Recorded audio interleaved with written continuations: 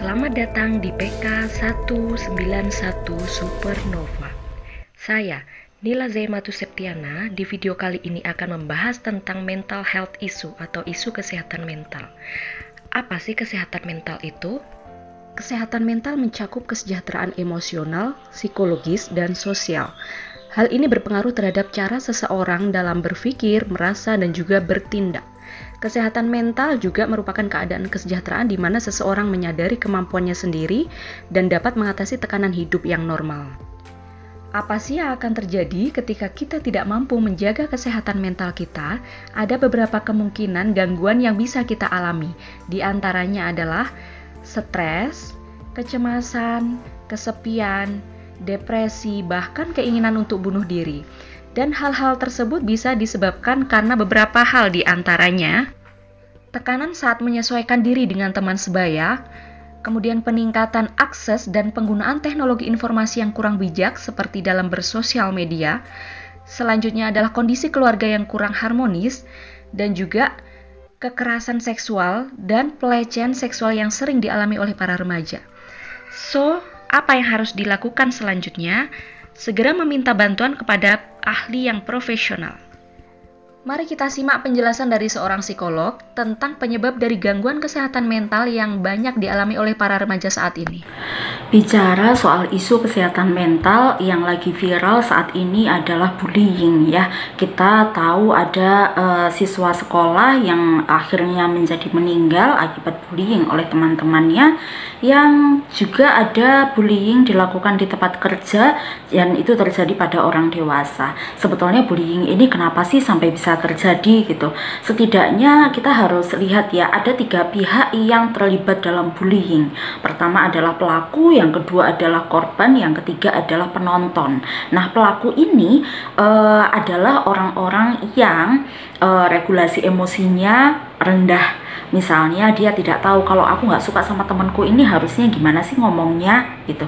Kalau aku melihat temanku itu kok kayaknya nggak punya banyak temen gitu ya, kayaknya dijauhi oleh orang lain, kok kayaknya enak ya disiksa misalnya, apakah itu dia akan menurutkan rasa itu, emosinya itu atau tidak? Nah, itu perlu dikelola dengan baik gitu. Dan yang kedua, korban ya. Profil korban gimana? Biasanya yang jadi korban adalah anak-anak yang harga dirinya rendah, dia minder, dia merasa tidak punya prestasi di sekolah, atau dia juga manut gitu atau nurut aja ketika disuruh untuk melakukan hal-hal yang di luar nalar, misalnya dia tidak berani lapor ke orang tua, ke guru dan sebagainya. Ini adalah profil-profil yang rentan sekali menjadi korban bullying. Dan yang ketiga, jangan lupa adalah penonton. Penonton adalah orang-orang yang tidak terlibat langsung dalam kegiatan itu, tapi dia juga diam saja gitu. Dampaknya apa bullying ini? Bisa jadi secara fisik ya bisa luka, bisa cacat sampai dengan meninggal. Kalau secara psikis bagaimana? Seseorang korban gitu bisa stres, bisa sampai depresi atau bahkan bunuh diri gitu ya, karena sudah menanggung beban gitu ya, rasa malu, rasa cemas, harga dirinya menurun dan sebagainya gitu. Nah, solusinya bagaimana? Harus kerjasama keluarga, sekolah, dan juga si anak itu sendiri. Ayo duduk bersama untuk mengetahui akar masalahnya apa. Akar masalahnya itu bukan yang tampak, tapi di dalamnya itu sebetulnya gimana sih gitu, sebetulnya yang terjadi gitu. Dan sekolah maupun orang tua bisa mengantisipasi agar perilaku itu tidak berulang lagi. Fenomena kedua yang tidak kalah viral saat ini adalah kasus pelecehan seksual ya. Ada di sekolah, di pesantren, di kampus, di tempat kerja juga gitu. Jadi profilnya si pelaku itu gimana sih? Kenapa seseorang bisa sampai menjadi pelaku gitu? Yang pertama, kita bisa mempertanyakan bagaimana hasrat seksualnya, pengelolaannya bagaimana gitu. Orang-orang yang sudah memiliki pasangan gitu atau sudah menikah, apakah ada ketidakpuasan dalam pernikahannya. Adakah hal-hal yang kurang terpenuhi di dalam pernikahannya sehingga dia harus melakukan pelecehan seksual kepada orang lain. Nah, ini kasusnya kepada orang lain ya, bukan dengan pasangan resmi ya, suami atau istri.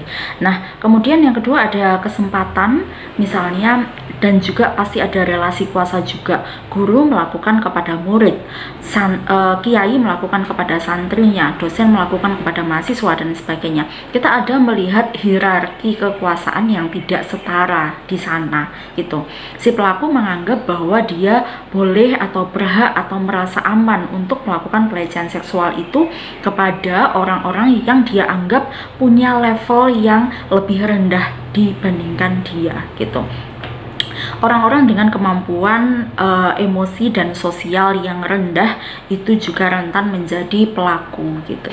Untuk korban sendiri kadang-kadang juga seringkali malu untuk melaporkan karena dianya sendiri sudah merasa kotor, merasa jijik, merasa hina gitu ya, apalagi ketika itu viral dan diketahui kasusnya oleh banyak orang lain, sehingga banyak kasus yang tidak terlaporkan dan tidak ditangani di instansi-instansi itu gitu. Jadi solusinya bagaimana?